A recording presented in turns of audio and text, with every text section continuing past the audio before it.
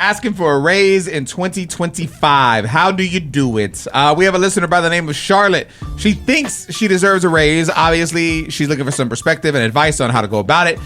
So we need to be familiar with the situation. She sent us a DM via Instagram. You can always do the same at Tino Cochino. Tap in. Serina, what is the DM from Charlotte looking like? I've been at my job for 5 years now, and I have never gotten a raise. For the last year or so, I've added lots of duties because of layoffs that my company has made. My job is nothing like what I originally signed up for. I do get lots of recognition, but I need a raise to compensate me for all the extra work I'm doing. My husband said that I need to just keep my mouth shut because my company isn't doing well, and it's not a good look to be asking for more money. I told him it's not a good look for me to be taken advantage of and not stand up for myself. Oh, damn. I see it from both. Because I understand exactly what you're saying. You know what you bring to the table, and I feel like if that's the case, you should put together a presentation in a sense and approach your boss and be like, look, I do this, and I've been here since this time, and this is why I feel like it's justified because boom, boom, boom. It's all about proof, not feeling.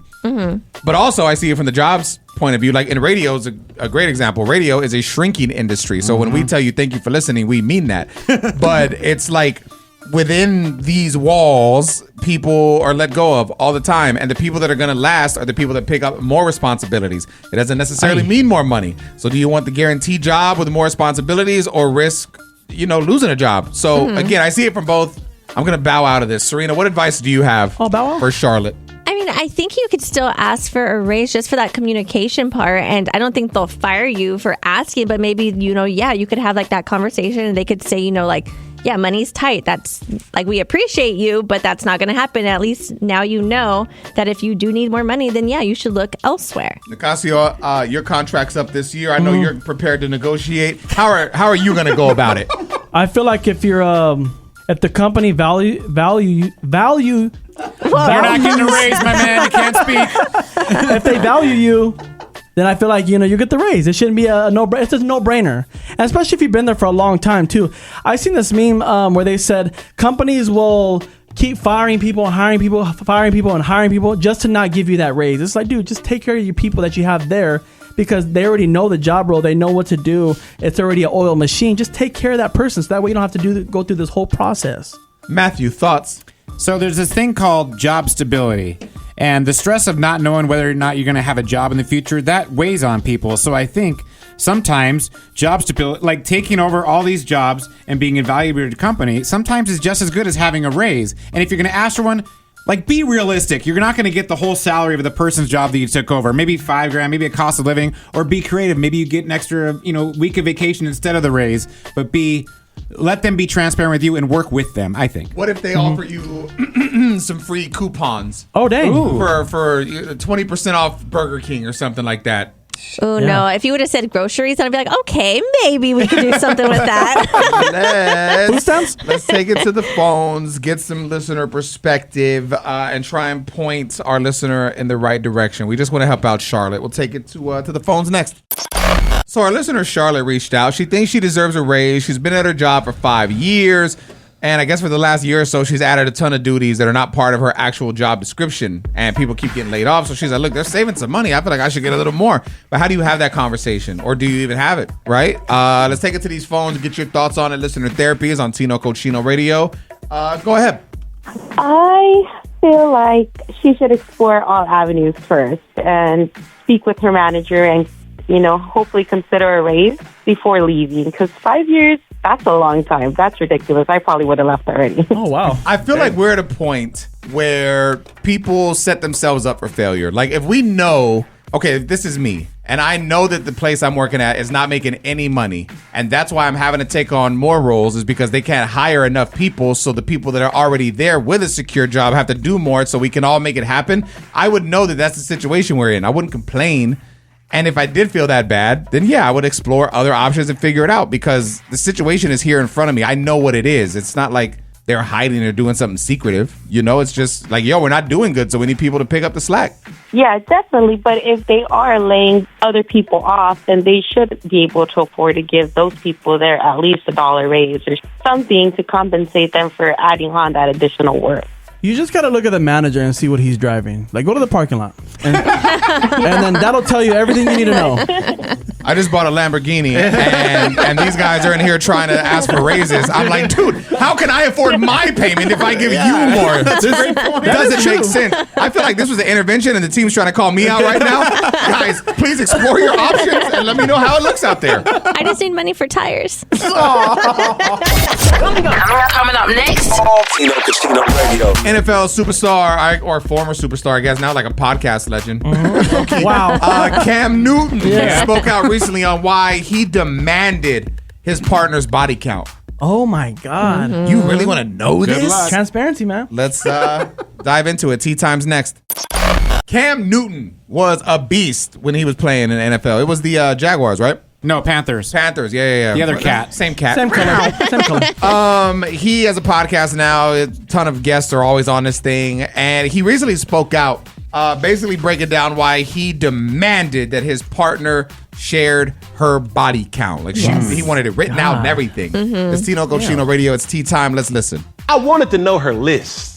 Of who she I want to know. addresses? I needed to know. I have to. Oh my God. And I'm going to tell you why, though. I want to know because before I sit up here and really keep moving and elevating our relationship, I want to know who got one up on me. And if I'm willing to take on that burden, because why I want to know? If you had any type of relationship, intimacy, experiences with people that I really know, I need to know that. I'm owed that. You got me. Hey, y'all, this my girl. And you got somebody over there in that corner like, that I don't know. I mean, I'm going to be honest with you. I low-key agree with him. It's like nobody wants to have that conversation. And I don't even think I really want the list. Oh, you agree with them? I thought you said you didn't. No, I do now that I hear it out. It's different. But I don't want the whole list. I don't need to know everything. Yeah. But I agree with the point of like, if it's going to be someone, if you had any type of connection, intimacy, whatever, with somebody that's within my circle and we have a chance of running into them and doing whatever, I should know that. And vice versa. So should you. If I did anything with whatever, you should know that too, because things can get messy down the line. Yes, I was going to say, it's a respect thing for both parties. Like, if you've been with one of her friends, a close friend, then you should be the one to tell her. And same thing for the woman. If you've been with one of his friends, like, you should be able to tell him. But I just don't like how he's like, oh, this burden, and I need to know about all these people that she's been with. And then even too, it just sounds more kind of like this issue with like men, because then how it said, oh, because this guy over here in the corner is gonna be like, oh, I got that. And it's just like, women aren't these bragging rights. We're not any of this. And that's the part that just rubbed me the wrong way. But I get what you're saying, but for him specifically, I mean, he's not a football player anymore. But imagine in that situation, if you're on the field and he doesn't know, and he doesn't know, and it's about to happen, and the guy's like, oh, that's why Jalen did blah, blah, blah. You're going to be like, ah! But again, that's like a male problem. Why do men feel like they need to brag about the women that bragging, they've been it's with? it's like a... It's finding a weakness against your partner. Yeah. On the field, still, yes. No, I but could see it's that. still, Serena, we're all just warriors. annoying. You know this. I gotta go hunt for my dinner in 2 hours. Oh, damn. While we're on the topic of just men, I saw this video that's going viral. It's a woman complaining about a guy on a treadmill next to her at the gym. Oh my gosh, I saw this. I want to know if you think she's overreacting or not. We'll talk about it next. I'm very curious to get your opinion on this. There is a woman going viral because she got pissed off about this guy that got on the treadmill next to her at the gym, and she went off right next to him. Oh, wow. Let's listen and discuss. It is Tino Cochino Radio. And this is why women say, we pick the bear. We pick the bear. And he knows I'm recording him too. Because there's so many empty ellipticals, and you picked the one right next to me. What was the reason? What was the reason? I know you hear me. What was the reason? Now we both uncomfortable. So in the video, they're in what looks like a very empty gym. There's probably 10 ellipticals back to back. And yes, this woman's working out. This guy chose to get on the one next to her. Do you think it warrants a video like this? No, unless he was actually doing creepy things. And I say this because you don't know like what people are going through. You don't know if this person is like high functioning, like autistic person, and they're used to their routine, and they're getting on this machine because this is the one that they always get on. And I just don't feel like other people's conditions, and also you don't own the gym. But that could be said for her too. Who knows? What if she went through a traumatic experience with a man and some strange guy gets close to her and she's triggered? Why are we thinking like the female and you're thinking like the male, Serena? I wouldn't do that personally. I wouldn't get on my phone and do that. Like, but also I'd feel like I'm in the zone. I just put my headphones. I'd probably have the thought like, oh dang, you have to get right next to me. But okay, again, if he's not making me feel uncomfortable in that moment, then like it's, I guess case by case, right? Or just depending on the person you are. Like for me, I like to do Orange Theory classes. They're a vibe. But the thing is, you have to, when you walk in, you have to write your name down on a number, and you can kind of see who's around you. I always, if it's a woman, I try not to pick the one next to her, because in my head I'm like, I don't want her to feel uncomfortable unless it's a packed class, because I don't want it to seem like I'm purposely like trying to be like, hey, what's up? You know what I'm saying? Yeah. Well, I mean, I don't really like that, because it's like, man, like if they're gonna feel some type of, go to an all woman gym. Like I feel like that doesn't exist. It's a free. Yes, they do. There's a free for all. Like there's like, I don't know. I've done it many times. But then I'm also like, you know. or even like, okay, so like I've said this before, I can't stand like when I go to the restroom and I go to a stall and then somebody gets a stall right next to me. Yes, but yes. I'm not making a scene. Like, you had to get the stall right next to me. Like, You're not gonna make a video while you're on the toilet, Serena. I look You over could this. though. There's OnlyFans for that. Ooh. I know that Serena off the air was very excited because she had some time to clean her house, and she was just like, "Oh, it felt so great." 14 ways how I why felt. cleaning the house is a form of therapy. Oh my god. 14's a lot. We'll share 5 next. Yeah. Thank God. Okay, 5 ways cleaning the house is a form of therapy. I believe in this, man. It's Tino Cochino Radio. Serena, talk to me. 1, it gives you a sense of control. So when life feels chaotic and things spin out of control, cleaning gives you a sense of mastery over your environment. We get it. Do you agree with that? Oh, yes. Yes. And then 2, like you just feel like you feel your whole entire like mood shift. Like your air feels clean. Like everything just feels Just good. that smell too, right? That fabuloso vibe, or Yes. whatever you clean with. Pine Sol? It just smells like. But is that a red flag? Because she just wants to control the room. The word control is like, that's why you feel that way, because you're controlling something. It's like when I DJ, when I control the room, I feel some type of way. If you can control your space in your home, why wouldn't you want a clean home? I mean, yeah, you're supposed to control your. I'm just energy, triggered protect by the your word energy. control. And when's the last time you controlled the room as a DJ? Oh wow. Number two. It's basically meditation in motion, because you're doing a lot of the same rhythms. So like if you're sweeping, it's like the same motion, or if you're scrubbing the floors, it's that same like circular motion. That makes sense. There is something healing for me about, not healing, but just when you put on some vibe, for me, some vibey like 90s R&B music, and I'm just picking it up. I don't know, something about, and I'm singing along. It doesn't even feel like work. It just flows. Yeah. Feels good. Number 3. You get instant gratification, because with cleaning, you see immediate results. Which, That makes sense. Number 4. It's engaging in physical activity. And I actually told my husband this. So I woke up like at 5:30 in the morning on Sunday to clean the house. And I mean, I was just like, I was in the mood. And I had my Apple Watch on. I got 8,000 steps in just from like Dang. going. How big is your house? Yeah, but That was a lot of cleaning. did you follow it with the burger though and fries? Does it matter? Yes, it does. That's a yes. Oh my God. And number 5. It declutters the mind, which I've heard this so many times. Like, if you feel stressed out mentally, like, how does your room look? How, does the place that you spend most of your time at home look like? You just said this. I just thought of my producer Matt's car and the chicken in the back seat and I've everything. always heard, if you want to get your life together, start with a clean car. Well, I mean, I don't follow that. We've obviously. seen your car and it looks crazy. Yeah. Explains why you come in mad every day. I don't come in mad, just super stressed. Very stressed. Damn kids. Tino Cochino Radio.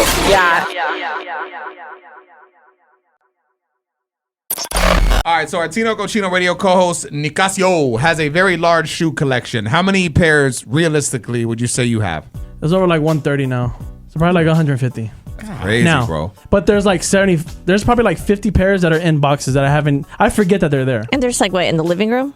Well, they're starting to get there. That's crazy, bro. So your I almost said wife. Woo! Oh no. Your By law we are. Your girl basically wants you to get rid of them. Well, yeah. Well, because we started cleaning up the house the other day, and she realized that there's just boxes of shoes everywhere in the hallway, like, and it's just everywhere, like just in every room. And she's like, "Yo, like, what are we doing with this?" Because I only wear like 3 or 4 pairs that I just rotate, and then the rest, like, I forget that I even bought. Like, what are they in your mind? Why do you still have them? Just for a rainy day to maybe make some money? That, or like if there's like a day where I need a specific color, I'll go look at every shoe and I'm like, okay, let me break these out. It just depends what event I'm at or something. Like whatever shoe like kind of matches it. Like for Halloween, like I have 2 pairs that I haven't opened up. Woo! In your mind, it's probably been an investment. In her mind, it's a waste of space. For me, it's a collection, and then hers is a waste of space, and she's like, we can be doing more with that, and then it just looks cluttery to her. Yes. What's it sound like to you? Oh, I would be annoyed. And I kind of go through this with my husband, but with hats. He has so many baseball hats. And I bought like a hat holder that goes on the door. There's 2 of them, but he's already filled them all the way up. And then just the other day, I opened the door and like 40 hats fell from it. And there's hats in the garage. I'm like, can you just get rid of some of these? He's like, no, I wear them. I'm like, you do not wear all of these. That's wild. Do you? I just got mad because I'm like, this is a hobby. This is something like I like to do. Like, why are you getting mad at that? And not to mention, it's a collection. That's what I do is collect shoes. Yeah. So it's just maybe you should get somewhere to store them outside of the house. Have you thought about that? Well, that's what she wanted. She wanted to get one of those storages to where you have to pay like $50 a month. Yeah, storage. That's not bad. I want to be able to go into the room and look at a shoe. I don't want to have. You have them in a box. You don't have them displayed. No, that's why I go through them all. I mean, you sound like her, so Matt. like Serina, with your husband and the hats. I mean, there's so many other things that he could be doing wrong. Is it so bad that he has the hat collection? I mean, it's annoying, yes. Oh, okay. It's like I told my girl, I can Good talk. I can be collecting panties. Like, you know what I'm saying? Like, I ain't doing that. Yeah. You know what I'm saying? I want to get your thoughts on it. Or maybe even not your thoughts on it, because clearly he should just get rid of the stupid shoes. Yeah. But maybe there's something annoying that your partner like holds on to, or like an annoying habit. You know what I mean? We actually have Nessa on the line. She is being transparent. She's taking accountability, and she's going to share what she does that keeps pushing partners away. Next. So we have a listener. She checks in a ton. She's a fan of the show. We appreciate her. Her name's Nessa. Okay, she's on the line right now. It's Tino Cochino Radio. She's going to be very honest and open and admit her bad habits or hobby that she knows continues to push partners away. Nessa, the floor is yours. Okay, so I have always been a swimmer, and swim fit has been the biggest thing to me because it's the easiest way to stay in shape, get back in shape, lose weight, and you don't really have to worry about your balance because you're in the water.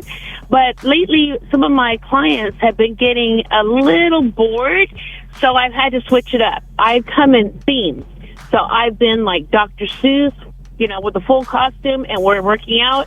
I've been a mermaid. That was an epic fail because my mermaid tail was not letting me be as flexible as I need to be, like to be able to stand and work. And, you know, we use weights. I've been like the young teenager, the old lady. I've been the nagging wife. I've been the Mardi Gras lady throwing the beads for people doing their exercises properly. And so what? Your partners just don't like that you're dressing up?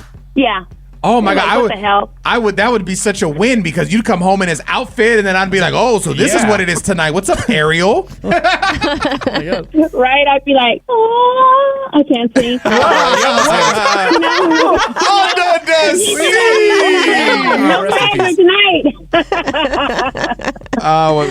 Oh my funny. God, I love you guys so much, so much. You guys have got me through so many different things. My kids were 2 of my kids were in an accident like 2 weeks ago, and I was so stressed out. They were not hurt or anything, thank God. So that's a blessing to me. But it, you know, as a parent of young adults, I'm telling you, Serina, get ready. Matt, you're already in it. I don't know how old your kids are, but get ready. Nicasio, definitely get ready, because as your kids grow up, you have to grow up with them. Real quick, let me stop you there. Nicasio rolled his eyes and walked out as you were talking. Coming up next. Tino Cochino Radio. A few days ago on the show, we had talked about this woman that's going viral because she had posted a video saying that she's tired of being a mom. Some people laughed at it, just thought, oh, she's trolling. Some people actually agreed with her. And it was an interesting topic. We have a listener on the line that wants to share her thoughts on it because she has openly admitted that sometimes she does not want to be a mom. She even thought about giving up her kids. Oh, dang. She wants to share her story. She thinks it'll resonate with some of you, and I'm all for it, man. We have Tamara on the line, and we'll talk to her next. There's a woman going viral because in this video that she posted, she's basically saying that she's tired of being a mom. Now, I do think in this video she might have been trolling because she was only like a mom for 2 months so far. Yeah. But when we talked about this on a show a few days ago, we have a listener that I guess reached out, but the phones are crazy. She couldn't get in. She wanted to talk about it. And I feel like she's really being transparent and vulnerable. And I thought we should hear her out because I think a ton of people might actually, specifically moms, relate to this. Her name is Tamara. You were on the line. So what are your thoughts on not wanting to be a mom? I feel like that all the time. And I wanted to give my kids away and not be a mom. What was it? Is there like a specific thing that just always like keeps that feeling coming back? The stress, not wanting to disappoint them. You know, you want them to have a loving home, better than what you can give them, even though you're giving them everything, you know. Sometimes you feel like maybe you'll do better somewhere else. That's how I feel. And as mothers, it's important to share how we're feeling because no mother is going to feel the exact same and no baby is the exact same because, you know, some babies, they have the colic and there's all these other factors to where maybe you had a harder time. And instead of like being hard on ourselves, we should talk to other mothers and find our people, find our support so we can hear other stories and maybe not feel so alone. Every mom, I think most moms feel like that sometimes. Like, I don't want to be a mom. I feel like there's a lot of moms that probably feel that, but they don't want to say that out loud because they feel like it makes them a bad mom. But it's like, I feel like that's what's honestly important about you calling and saying what you're saying is because it at least lets you know, like, you're human and it's okay to feel a certain type of way. It doesn't mean you're a bad mom just because you feel all that stress. You know what I mean? It's just like, damn, sometimes you just got to vent and it's like, and keep it on everyone judges though, you know? Yeah. Coming up next. Nicasio Radio. There's a woman trending after returning a $2,000 gift because she says she, quote unquote, knows her value. Oh, gosh. Stupid. Let's talk more about it next. So there's a woman that's trending after returning a $2,000 gift because she apparently knows her value. It's Tino Cochino Radio. I'm going to read you the text message like thread and then tell me what you think, okay? Okay. So she's dating this guy. First of all, she has him listed and like saved in her phone as fake bougie. Oh, gosh. Okay, so he texted her and said, happy early birthday, baby. Hand love emoji. Birthday blow kiss emoji. Love you forever. Infinity emoji. Wishing you many more. I'm going to be asleep at 12, so just thought I'd tell you now. Laugh out loud. And then boom, send her a little cash in the app. $2,000. Damn. She then responded, thanks, but I'm going to send it back. I just feel like we've been together way too long for me to only get $2,000 for my birthday. You spend that on food in a month, and I'm not being ungrateful. I just know my worth. Thank you. You've always been sweet, but there's dudes out here that actually really trying to spend a bag on me. Hey, yo. And then, she sent the $2,000 back. That's crazy. I want to be valued by how, like, or I want you to show me that you value me by how you treat me, not necessarily like what you can buy me. Like, are you emotionally safe for me? Are you going to be someone I can count on and depend on? Like, do you treat me good? So to base it on money, I think is crazy. The comments are funny. At Shaquila said, what is this man's number? Epic underscore said, my thing is, he said happy early birthday. You have no idea what else he had planned or what else was in store. So whatever. Block your blessing. Yeah. Block the blessing, yeah. I don't know, man. When I read this, I'm like, it might be wrong, but at the same time, you only know your value. And if this is low on for her, then that's what it is. You got to respect that. I have a real question. How do you base your personal value? I don't know. She's probably hot. She probably does everything for him. And for him not to stay up at midnight, for me, if I was invested in my girl, I'd stay up to midnight, say happy birthday. I want to be the first person. If you were invested in your girl? No, that's a great point, Serina. Bro, the comments just keep going too. At Lovely Leo 8686 said, I can't even get a happy birthday from the guy I like. Oh, dang. That's the world that we're in, man. So it's like you find these guys, man, that like want to give their all and show you, like, to most people, they're not receiving a $2,000 gift, even if it's family, maybe $100 in a card or something like that. That's just for most people. For someone that you're dating to just say, hey, here's $2,000, love you. For you to turn it away because you're worth more, that is so crazy to me. Like you can't be looking for these Instagram models. And ladies, like, you can't be, I don't know, you can't base the love off money. Items. I don't know. I mean, think about it. Like, you're giving me $2,000. Like, once you give me that, what are you going to expect from me? And I feel like that's a little bit controlling. Is this love bombing? Nicasio's been saying this for the past 2 weeks. And he finally figured out what love bombing means, and now he just works it in every chance he can. I get it. You sound like someone I know. Listen, coming up next, there is one sleep position that is destroying your brain. Oh, gosh. Are you sleeping this way? We'll find out. All right, listen up. There is one sleep position that is destroying your brain, apparently. It's Tino Cochino Radio. Serena, what is the position? It's sleeping on your stomach. It reduces blood flow to your brain and compresses your spine. And studies show poor circulation while sleeping increases risk of brain fog, headaches, and even cognitive decline. You gotta sleep on your side. Sleeping on my stomach is the most comfortable. On my side, I can lay that way for a little bit, but I can never fall asleep. Hurts your shoulder. When I'm on my back, I feel like I'm gonna choke to death. Oh, shut Oh up. my That's sleep gosh. apnea. Is it really? Yeah, you gotta get the mask. Oh, no, you don't. No, you don't. It's got to be I'm not severe doing for all that. that. How do you sleep, Serena? I switched from my side and my back, but I think I prefer my back. But when like my daughter, my son comes into our bed, they kick, so then I go to my side. I'll have a dog sleep in the bed sometimes, and their like newest thing is they don't just sleep on the bed. Like now they like their head on a pillow. And so if I have a pillow next to them laying like that, and I'll turn and roll on them, so then I feel bad to mess up their cozy, so I'll lay uncozy because they're so sweet. I don't want to mess it up. It's so cute when dogs use a pillow. I know, it's like new, and I'm just like, oh my god. What if you get they make extra long pillows? Get an extra long pillow. It's almost the width of your bed, so they can have some pillow and you can have some space. Because I agree, that is super cute. But you need to sleep. What's that his name, Tino? I feel the same way about that guy you just posted over the weekend. Who the was that? Oh my God. Chris? Tino Cochino Radio. All right, are you smarter than Nicasio on Tino Cochino Radio? Let me see. This is Aaron, correct? Yes, this is Aaron. My dude is going to hit you with this question. Just take a guess, bro. If you get it right, we'll hook you up. If you need some help, we'll try and hit you with the assist, okay? Okay. Here we go. Which rapper has a crazy IQ of 147 when the average is 100? Is it A, Eminem, B, Snoop Dogg, or C, Kodiak Red? Island Boy. I'm going to say Snoop Dogg. Oh, he got it. It is Snoop Dogg. It is Snoop Dogg. We all need whatever he's smoking. That's right. And drinking gin and juice. Yeah, there you go. Damn. Coming up next. Tino Cochino Radio. There's a woman that charges her husband $600 if he doesn't do his household chores. Oh my gosh. Serena. We're going to talk more about this next. All right, so I guess there's a woman that charges her husband $600 if he does not do his household chores. Sheesh. Let's go to our local simp, Matt, for more.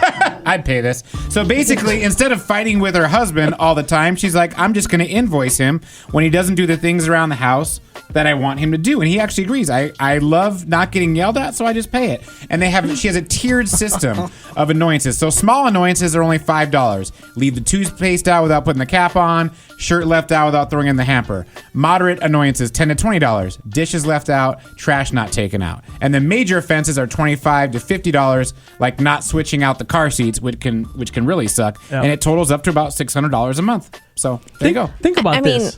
I was going to say, I get where she's coming from because you get so frustrated when your partner's not helping you around the house. But I think this would make me mad. I'm like, no, I don't want the money. I just want you to help me. I want to feel like we're doing this together. I feel like you're paying $600 on the norm anyways for her nails, for her hair, everything else. And you're doing chores. So who's a fool if you're doing it? But it shouldn't be chores. It should be like a team effort, teamwork. She's making it the chores. Like, if he doesn't want to do it, that's fine. But then she gets stuck doing it all. Right. Well, someone out there will do it all. Some simpy man? No, some girl. Some girl will do it all and not even nag. This is called nagging. So how much does she have to pay him now? $10. We're so simple.